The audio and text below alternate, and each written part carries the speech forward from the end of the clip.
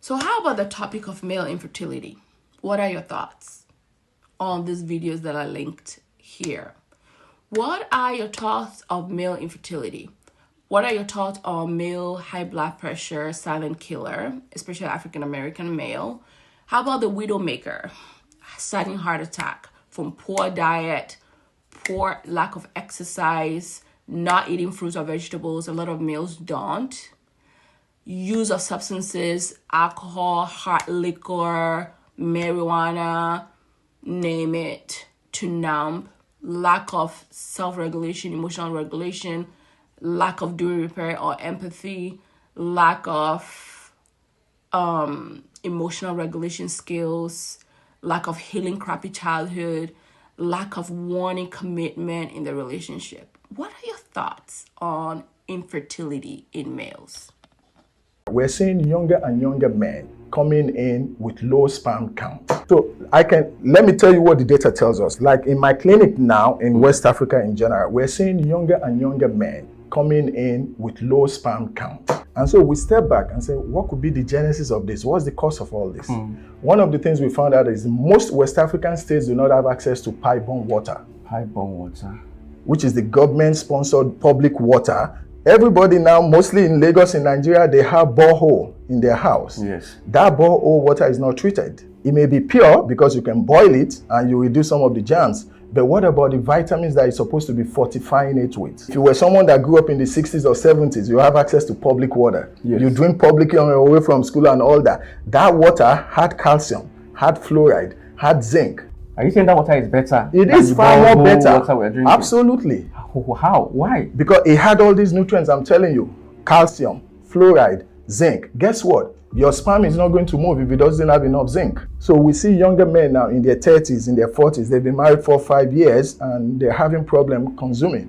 What's the problem? Their wife is not getting pregnant. They go in, the woman has done all the tests. She's done HSG, her tubes are open and all that. The man is coming to the table with low sperm count. And when you look, he may be producing 10, 20, 15 million at times, but the sperms are not moving. It's almost zinc deficient. And that is something we were not thinking about 30, 40 years ago because we were getting it for granted in our public water. There's no more public water now. Okay, so is public water the major reason? It's one of the causes. Okay. Then now we have to look at other environmental causes. Most of West African men are severely stressed. Let me give you an example. You live on the mainland, you work on the island. So that means you have to get home or you have to leave your house on the mainland to avoid all the 3-4 hour traffic. You have to be on the road by 4:35 in the morning. Yeah. And on your way coming back, to avoid the same thing, you stay later at work. So by sheer numbers, by the time you get home, you get back to mainland around 10 p.m. If you're the type that you're married, your wife is cooking for you at that time. And if you're a typical Nigerian, you're probably consuming some heavy food, some swallow. That cuts down on your blood flow. So your sleep, you're already sleep deprived. And part of what we realize with sleep physiology is you cannot make up sleep. So you cannot say, oh, Monday through Friday, I'm at work, I don't sleep well, so I'm going to catch up on weekend. No, the body doesn't work that way. Your sleep is measured on every 24-hour cycle. So when you are sleep deprived, internally, what does that cause? It tells your brain you're under stress. When you're under stress, your body releases a lot of bad chemicals. One of them is cortisol. What does cortisol do? It makes you burn your testosterone. You need testosterone for good erection. You need testosterone for good sperm production. So a lot of our young men, not only are they zinc deficient, their testosterone level is low. When your testosterone is low, guess what goes up? Estrogen. Estrogen is what promotes your obesity. So you see a lot of young men with women boobs, and yet they're having failure in the bedroom. These are all environmentally acquired. Wow. So that's the second one. Is there another one again? Absolutely. So with this now, it becomes a cumulative effect. Okay. You are not active sedentary-wise, you are not consuming the right food, and you are becoming obese. Obesity doesn't come alone. It's like 5 and 6. It comes with high cholesterol, it comes with hypertension. So these are cardiovascular killers. And again, we have to address the issue that your erection is a form of blood flow. Blood flow is under cardiovascular. Vascular is the blood vessel, cardiac is your heart pumping. So you find out that you've gained weight over a short period of time, you are sleep deprived, you are constantly under stress, so you're going to find out you're not getting a morning erection. So you're already walking around with 3, 4, 5 cardiovascular risk factors. At the end of the day, if you are to choose, fertility will be secondary. Now you want to protect yourself. You want to worry about high blood pressure. So you're not going to have a sudden heart attack. You're not going to have a sudden stroke. Guess what? You're going to show up to my clinic. You may be forced to be put on a blood pressure medication. Most blood pressure medications come with the side effect of loss of erection. So how can we improve all these things you're saying? I know that I'll be stepping on some few toes when I say this, but fertility issues don't only affect women. They can affect men as well. Hi, I'm Dr. Lolo. If you do not want to have a baby in 2025, then please scroll. If you wish to fall pregnant, hopefully in 2025, then listen up. This might help you. In most of my previous videos, I've only been addressing the female issues that are related to fertility. However, I am going to start incorporating factors that affect the male fertility. Here are some of the top 5 causes of male infertility. Number 1, we have low sperm count, meaning that the number of sperm is not efficient enough to fertilize an egg. Number 2, we have poor sperm motility, meaning that the sperm are not able to swim well enough to reach the egg. At number 3, we have abnormal sperm morphology or abnormal sperm shape, meaning that the sperm is shaped in an abnormal way that doesn't allow it to properly fertilize an egg. And number 4, we have varicocele. These are veins in the scrotum that are enlarged and overheat, and this does not favor the growth of healthy sperm. And last but not least, we have lifestyle factors such as drinking alcohol, smoking, obesity, all of which affect the quality of sperm produced. In the next few days, I will be going more in detail about some of these factors, so stay tuned to learn more about factors that affect male fertility. Remember, if you want to reach out to me, click the link in my bio to book your consultation. If there's no link in my bio, just send me a DM or message me on the green app and I will show you how to secure your booking. I am excited to help as many couples as I can to conceive in 2025. Fantastic. So we always advocate, we want people to become educated listeners. Give them the equipment, because most men are known that if you give them the right set of facts, they're going to make the right changes. And the changes we're talking about, number 1, let's be educated and let's change our lifestyle. Must you eat late at night? If so, do not consume swallow. Does this include every age group? Absolutely. Let me break it down to you.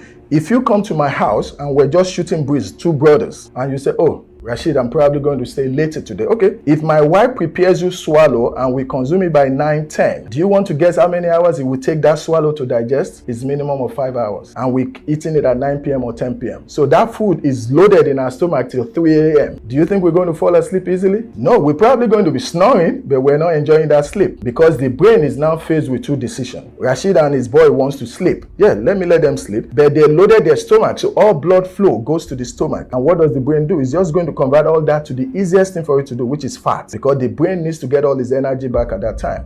And that is why you see most people, after consuming every swallow, they fall asleep. Let's compare that to, let's say you and I said, no, we're making a good lifestyle choice, so we're going to eat something light. We're not even going to do the salad like the white people do. Let's just do something light. So you and I may make maybe pap, akara, something light. And then after we had that, let's say, let's just walk around like old time's sake. We do that, we end up coming back home, we're going to have the best sleep of our life because we've only consumed something light that will turn into water. Our brain is not faced with the choice of what do I do? No, your stomach is light. Even though you're full, you're going to have a good sound sleep. And when you get a good sound sleep, guess one of the things we notice? Good sound sleep means you're going to have erection in the morning. So if madam is next to you, your erection in the morning correlates that your testosterone is also good. You're going to fire. But the challenge Yes. most people face is the fact that if you say we should not eat past 9 p.m., but Yes. people believe generally that when you are younger, your food digests faster. So, but you said it includes all age bracket. Does it mean even if you are 5 years, even if you are 10 years, even if you are 15 years, 20 years, whatever you eat takes all those the same amount of hours to digest by that time? So it's a big umbrella. So we have to ask ourselves, what has transformed in our society? In the days of your grandparents and my grandparents, they were more physically active than we are now, even though we are more affluent than they are. They are more physically Active. Back then, Why did you say so? they walk everywhere. You and I now, we get the driver, we take car,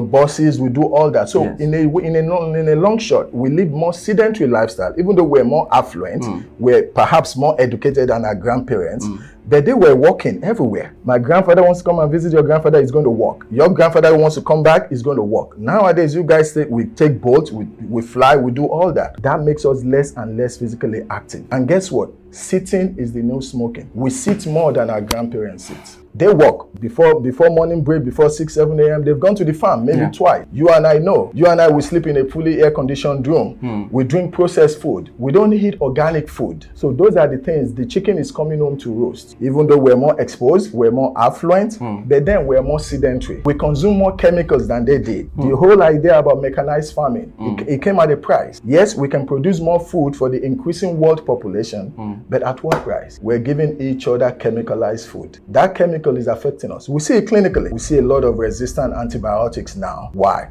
Because the chicken you and I are eating are chicken that have been processed with chemicals, antibiotics. Seriously? Yes, our grandparents were not exposed to such things. You and I do that. You probably have a microwave at home. What is it for? To rewarm processed food. Our grandparents were not doing that. They were eating freshly made food. They go to the gardens, they pick up their leaves. You and I don't consume all that. So these are the things that if you look at it on the micro level, it has become a macro. It's affecting us now. Now, what do you think is the chief cause of infertility in men at this period? Hi, I'm Dr. Travis McCoy. I'm a reproductive endocrinologist with Piedmont Reproductive Endocrinology Group. And one of my specialty areas is the male infertility. Many of you know we start with the evaluation of the males with a semen analysis. But what do we do after that point? Well, one of the first things we look at, I want to show you, is what's called the total motile sperm count. So the main number we look at is the total count of moving sperm. This is the volume times the concentration times the percent moving gives us this total motile count. A normal level is above 50 million, and that should be enough just to allow normal intercourse, though average for fertile men will be about 175 million. In the low range, in the 15 to 30 million range, they may benefit from inseminations or IUIs to concentrate up the sperm. But in very low categories below 10 million, we really have to resort to IVF just from the male factor. So what are some of these causes? Well, in order of frequency, the number one issue we see is just an inherent low testicle function, where it's always been that way and it always will be that way. In some cases, there can be low brain signaling to the testicles, and this may be correctable. In lesser common issues, there can be what's called varicoceles, which is a physical issue around the testicles, but this is a much less common issue. So what do we do to evaluate the guys? Well, it's pretty easy. We initially start with just some blood work to look at the brain signaling to the testicles and a physical exam, which shows us those varicoceles. So the brain sends signals to the testicles, primarily the hormone FSH, and the testicle sends testosterone back. And they talk to each other. It works like a cruise control in a car. So by looking at the blood work, it will really tell me if this is an underlying issue that's always been there, or if this by chance may be correctable. If it's an underlying issue, we can't correct that and we have to work around it.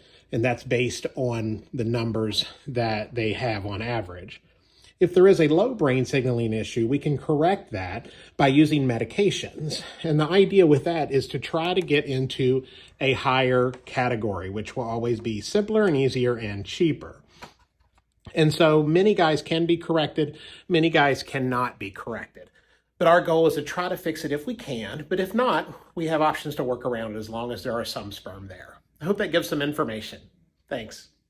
So now these days, we are seeing quite a number of men, or a lot of men, with low sperm counts, all right? Either the counts, when we do the semen analysis, the count is low, or the motility is affected, the morphology, there's so much abnormalities in the semen analysis. And we are seeing quite a lot, whether it's got to do with the food, toxins men are being exposed to, the lifestyle, such as the recreational drugs, the alcohol, but it's alarming and it's a lot. Okay, and men should not, this day and age, always be blaming their wives or their partners when pregnancy is not happening. Blaming the woman that she is the one at fault, she is the one causing the low sperm counts. It is a couple's thing, all right? The man can be as equally responsible as the woman. So if you are married or you have a partner and pregnancy is not happening, don't leave the woman alone to go to the hospital, like go and check. That's a quick way of doing things. That's really, really a sign of ignorance, because men can contribute as much as women to infertility. So men, come to the clinic if you know the pregnancy is not happening. If you don't want your wife to know or your partner to know, quietly come to the clinic. Let's do a semen analysis for you and let's know if things are fine or not. Because there are treatments, there are ways to help if there's such a problem. But if you stay for long and it gets worse to the point that you don't even see anything, complete exospermia, then that even becomes more challenging. All right, so I hope somebody hears this message. My name is Dr. Parker. I'm a gynecologist specialist in Ghana. All right, if you want to see me, check my bio for my contact details and come and see me so we help you. Thank you. What are your thoughts on this topic when it comes to male infertility versus female infertility, and how it's such a taboo in African culture to talk about it, to talk about how even sexually frustrated a lot of married women are within marriages? We don't even talk about women who cheat, but they take it to their graves, okay? We don't talk about paternity fraud. I think there was this guy, Ajete Lamte, in Ghana, and I will try to find the video and link it here, who discovered years down the line that all his kids were birthed from another man. The wife cheated the whole time, and his sperm they're not working, so it didn't produce any of the children, and he's heartbroken. But this is the realities of it. A lot of men cannot tell if the children that they have with that woman is completely theirs. Sometimes maybe by look, certain features, but it's not always a correct telling of that. But like I said, working in the acute care setting, ICU and ER, opened my eyes a lot to the African man, the African American man, and the struggle with issues such as this, struggles with issues such as the health part, and how those unhealthy habits lead to high blood pressure, silent killer, the widowmaker, and how that can also lead to issues in fertility, and how having high blood pressure leads to men needing to be on high blood pressure meds, which also leads to further dampening their sexual performances. And also this type of issues, because they use substances, is because deep down there's a lot of struggle with anxiety, depression, and men would rather just hit or miss. That's why they have a lot of men in marriages are more single than them being called married. They're single, look for side pieces. It's all about the dopamine hit. It's all about sex, selfishness. It's all about status, getting the next shiny thing. And they're not focusing on their health. And depression can lead to some men, when they are like in really bad places, to be on antidepressants. I prescribed antidepressant to a lot of men before, but they're not compliant because that also tend to impact their sexual performance. And just imagine being in a long-term relationship, marriage, and that person cannot sustain for a minute or less than 2 minutes. And there's no really prelude leading to action, or quality prelude to action. And this is why a lot of women might cheat silently, take it to the grave, or bring the baby and say that's yours because you're married, so you automatically think that's your child. But these are things we don't talk about in our communities. But let me know your thoughts in the comment section, and follow for more. Subscribe to my channel, TikTok, YouTube. Let's keep carrying all these conversations. Okay, bye.